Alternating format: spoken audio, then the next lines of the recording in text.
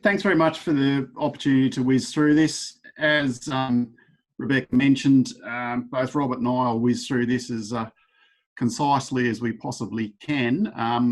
For those who don't know me, I act as the Industry Development Officer for Dried Fruits Australia. So it's a whole heap of training, helping out with some of the research and development type processes as well. So obviously Anne and I work very closely together. What you can see on the screen, this is how we harvest dried fruit for those that haven't seen it for a long time. It's now all cut, dried on the vine, and a harvester comes through and takes all of this fruit off straight into a bin, straight off to the processors, doesn't touch any hands. What it leaves us with is a winter pruning job tucked up here, if you can see my pointer, that still needs to be done in winter. So the idea is to see whether we can mechanise that.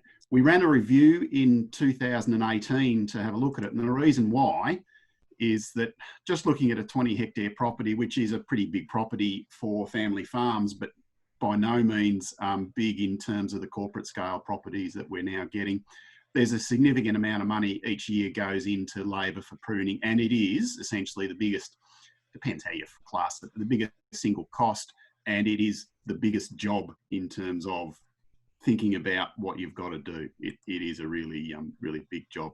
Just taking that a little bit further, just crunching a few numbers, you know, if we could cut that cost by about 70%, you know, on a 10-year return, sort of net present value, it's probably worthwhile an operator at 20 hectares spending about 40,000 bucks on a piece of machinery to do this job. So we figured it was worthwhile going ahead with. 2018, we ran a workshop to try and develop what are the key new research, development and extension issues that we need to focus on with this. We gathered people from Adelaide Uni, University of Western Sydney, the robotics guys, engineering out of Adelaide, some of the guys that we'd met in California who actually had a robotic pruner, and brought them all together to discuss the issues. Even though there was a robotic pruner in California, it became quickly evident that it was going to be far too slow for what we want and far too costly. And they actually told us that. They said, don't bother. You need to go ahead and do something else. So really quickly, this video won't run for long. If your sound's up, it might get a little bit loud, so just check your volume. But this is the pruning process. So where my pointer is here is where the crop has been taken out from. So what Warren's doing here, they're moving along this cordon, trimming up all of this side in here, so that it's just trimmed back to this cordon. You'll notice that they're just using hand secateurs. This is the state of the art of the industry. They've got a state of the art pruning platform, electrically driven secateurs, one hand on the secateur, one beside you. If you don't do that, you do run the risk of taking off a finger. This guy here, unfortunately, now only counts to 10 and a half. So this is the job that we're hoping to end up with. Neat little cut down this side, all the way down that row. Here are the canes for next year's growth. This system, just really quickly, it's orientated. You see these all the way down, they actually pivot at that point there. So this orientation will be changed very shortly after this photo to go through there, so that all these canes are actually pointing downhill, and all the new canes up here grow up to the light in this next growing season. So all the fruit will be on these ones, and out here will be the replacement canes for the following year. So it's important to get all this nice and neat, as neatly as we possibly can, pruned up. The workshop that I talked about, we essentially came up with we came up with 9 key elements that we needed to look at out of the whole thing. One was exactly how close we needed to cut the cordon, and we've had a bit of a think around that. The guts of it was this one. Simple solution to getting 80% of the job done. At that stage, we were talking about automation of one of these travelling cutter bars.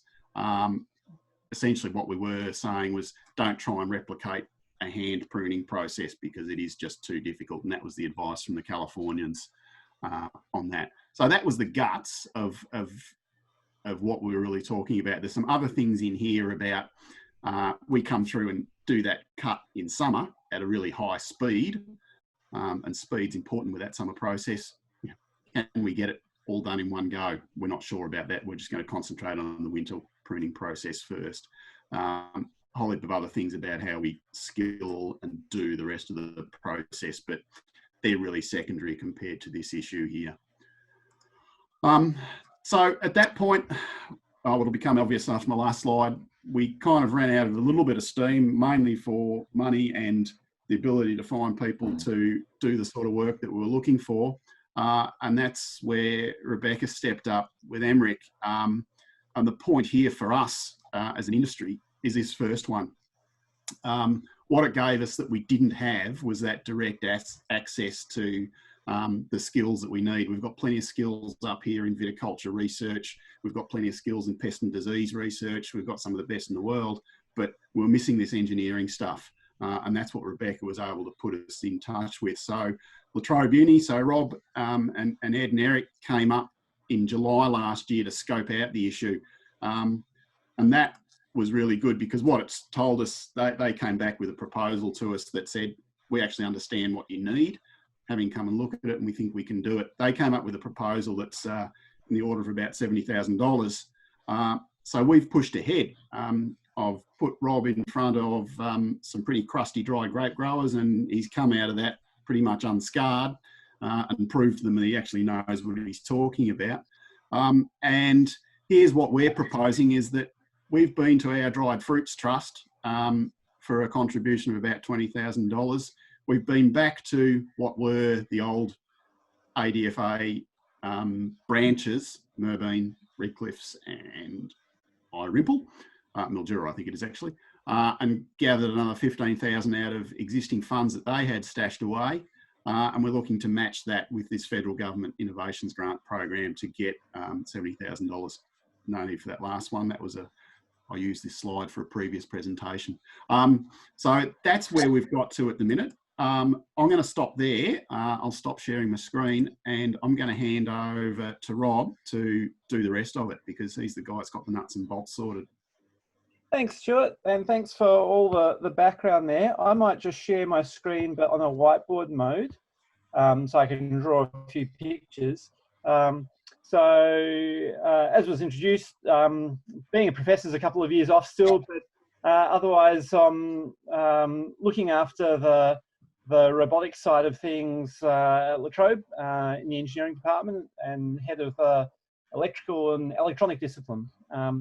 But the basic idea is rather than trying to replicate exactly the process of clipping and clipping and clipping with some secateurs or something like that, which is a pretty cumbersome process, what we started looking at from a cross-sectional point of view, if we look at the cordon or something like that, we've got the new growth up here that we don't want to touch, and we've got here the parts that we want to trim.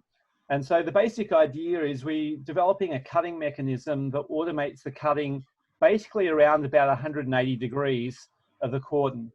The basic idea that we're doing, and we're kind of doing this in a staged approach, so it's not it's a very risk-averse approach, is that first we want to develop some sort of a cutting tool. So if we imagine our cordon that kind of grows out like this, a cutting tool that someone can basically hold, and when I say hold, we'll attach it to that platform and it will be carried by the platform and powered by the platform as it moves along.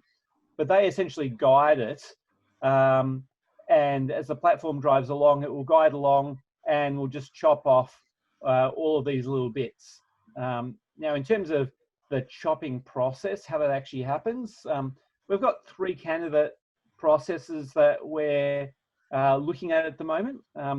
Assuming travel restrictions and things are relaxed a little bit soon, we're hoping to be up in July this year, so not too far away, to actually try each of those 3 processes and see how well they work and see how well they do the trimming.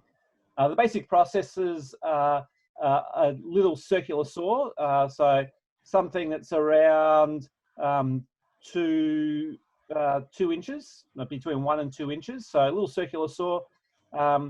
For our candidate test, we'll be using something like a Dremel. If you're familiar with those, they're little rotary tools that people use for doing all sorts of fine work.